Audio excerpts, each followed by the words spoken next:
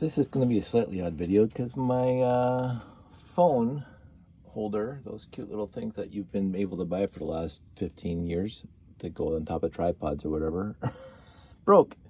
So right now my phone's sitting on my desk while I record this. I had to jury rig something to hold it. So I know I have another one of those little phone holders for telescopic handles and stuff, but I don't know where it is right now. So I'm not going to worry about it. I'm just looking around the room. I don't see it. So anyway, I'm gradually working on the show for Bricks in the Six. And one of the things that happened at Anime North, and it happened pre-Anime North, is that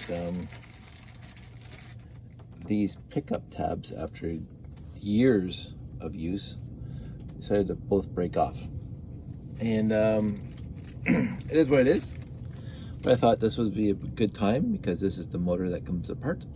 This is the motor that I got off of Bricklink seller who said it was busted, and I paid $10 for it. It shipped to me, and I took it apart just to see what was inside, and I put it back together, and it worked perfectly.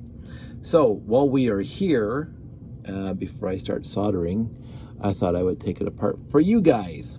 But just to show you that this thing is working, here I'm gonna put that on there. I'm gonna turn on the power. You can see the flashy lights and this thing. Come on. And there we go. So it is working back and forth. So you disconnect it, turn off the battery, blah blah blah, yeah. Now you will see. Let me see. I have another one. There it is. Here's a good one that has not been. You can see the white connector for the top to the black base plate, monorail plate, go all the way down. And what I did is I just drilled those white things out just a little tiny bit, not all the way through because I wanted to rebuild it if I had to. And so you can see I drilled those things out a little tiny bit. And what happens is that basically it's not glued together. It comes off like that. So here's the bottom part. These are little tabs, the little steel tabs that conduct electricity, or copper tabs. So there's neutral, forwards, and backwards.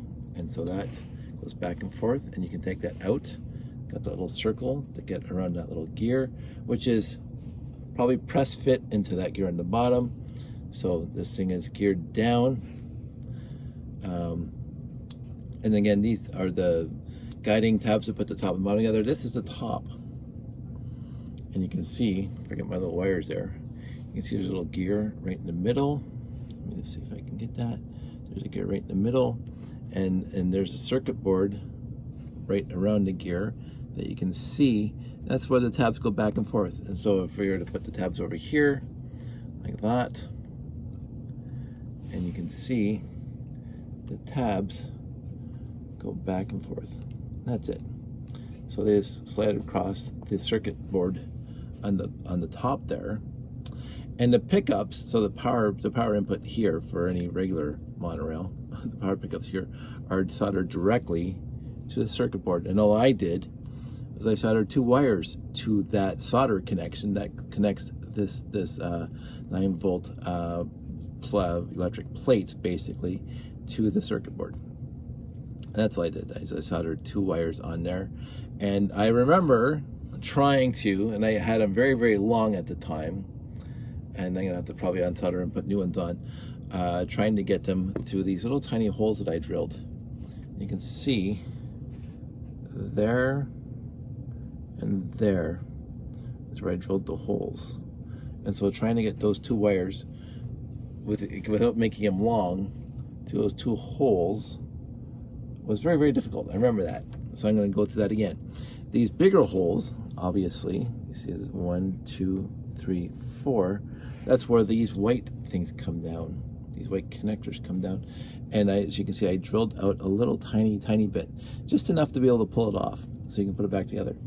So the monorail does go back together, and it does work, right? So you can actually connect this thing right now while it's disconnect. Well, it has no bottom on it.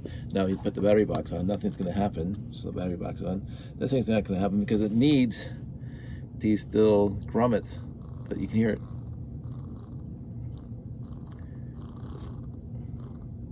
So if you get the circuit board just right, there it is. There, see? So forward and reverse. I think it's this way. There we go. There we go. Forward. This is fun. So you can hear it, and over here. You know, I think it's brilliant. Honestly, goodness. I thought Monorail, okay, Lego has put out many, many, many cool things over the decades, almost a century now, that they've been actively building toys for kids. Since the get-go, they've been fantastic. But the Monorail, in and of itself, in the grand scheme, I mean, we can talk about the RCX, right there, and what that led to. Everything after the RCX was incremental, but you can see how wonderful the RCX is. But the Monorail, for me, and not for a lot of people, because it was very expensive, and it only came in 3 good sets and then 2 accessory sets. The Monorail was so cool, and every time I go to a show, people who have never seen the layout before just are enthralled by the Monorail, and they have a million questions about the Monorail and how it works and what it does and why did Lego discontinue it and blah blah blah. And I just keep on telling the stock answers because they didn't want to keep it going. And we can get into the rumors, and some people say it's more than rumors, about the third-party company not wanting or going under, whatever, blah blah blah. It doesn't matter. Lego could have picked it up somewhere else. They got a million places around the world that could have rejigged or repurposed this. Now, the good part of the discontinuation, if there is a silver lining in the discontinuation of the Monorail, is that Lego fans all over the world have been trying to come up with their own Monorail. So, and I don't know his name, but he's from Japan, and he just makes brick-built Monorail. And it's absolutely fantastic. It's absolutely adorable, and I keep on meaning to put my hat into the ring of making the brick-built monorails. My issue is that I got tons of regular monorails, so I don't have to brick-build any of my monorail. But I really do want to do that at some point.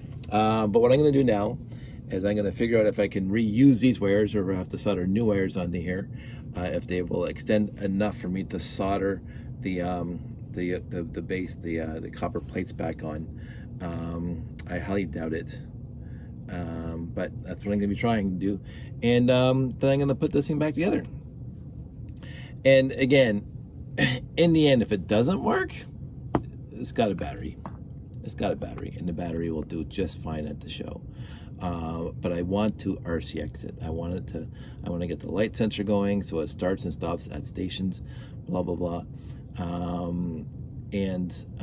That's what I want to do. But if I can't get this thing working, I'm just going to focus on the other 3 Monorail loops and make them all copperized.